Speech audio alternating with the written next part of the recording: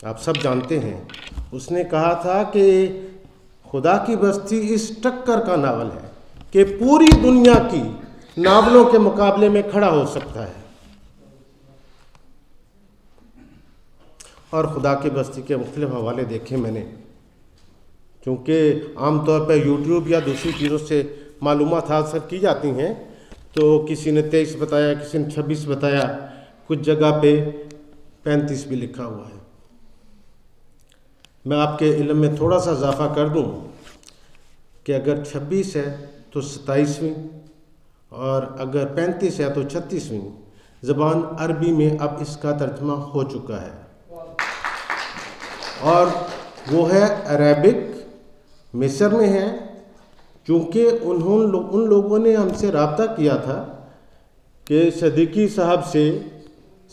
صاحب کی فیملی سے ہمیں اجازت لے کے دی جائے. ابھی کچھ اس میں شاید ٹیکنیکل مسائل ہیں، چند دنوں بعد آپ دیکھیں گے وہ کتاب جو ہے وہ مصر میں پرنٹ ہو کے دوسری زبان میں بھی آ جائے گی. میں آپ کی تمام تر محبتوں کا شکر گزار ہوں. دیکھیے، صدیقی صاحب پہ یا ناول پہ بات کرنا شروع کریں، ان کے کرداروں کے حوالے سے بات کرنا شروع کریں تو شاید یہ بہت کم وقت ہو. بریفلی میں تھوڑی سی 2-3 باتیں کرنا چاہوں گا، اگرچہ میں چاہ رہا تھا کہ جلدی سے جلدی کلوز کر دوں اسے. وہ یہ تھی کہ ملتان سے جو ہے صدیقی صاحب کو کافی محبت تھی، ترقی پسند مصنفین کے حوالے سے، اور پھر میرے استاد ڈاکٹر انوار احمد، جو ڈیفینیٹلی ہماری تقریب کے ہماری تنظیم کے صدر بھی ہیں، چیئرمین بھی ہیں، ڈاکٹر انوار احمد. گولڈن جوبلی ہو رہی تھی تو انہوں نے کہا کہ انوار، میں اگر جنوبی پنجاب میں واحد آدمی کسی کو سمجھتا ہوں جو ترقی پسند مصنفین کے حوالے سے کام کر رہا ہے تو وہ ڈاکٹر انوار ہے. اس لیے کہ ضیاء الحق کے زمانے میں، اس زمانے میں بھی ان ترقی پسند مصنفین کو نصاب میں شامل کرنا کوئی آسان کام نہیں تھا. لکھنؤ کے زمانے میں 20 برس تقریباً وہ صدیقی صاحب کے ہیں، جس میں تنویر صاحب نے شروع میں آغاز میں کہا کہ وہ شاعر بھی تھے، وہ افسانہ نگار بھی تھے، وہ ناولسٹ بھی تھے، وہ مدبر بھی تھے، وہ دانشور بھی تھے، اور وہ بڑے رحم دل انسان تھے. جیسے میں نے پہلے تعارف کرا دیا تھا، ان سے معذرت کہ کچھ لیٹ ہو گیا سیشن. اگر لوگ وقت پہ آتے تو ہم وقت بھی شروع کر دیتے، تو تھوڑا سا اور انتظار کر لیں. اس کے بعد صاحب صدر ہیں، اس کے بعد پلے. اور میں خالد صاحب سے درخواست کرتا ہوں کہ وہ یہاں تشریف لائیں.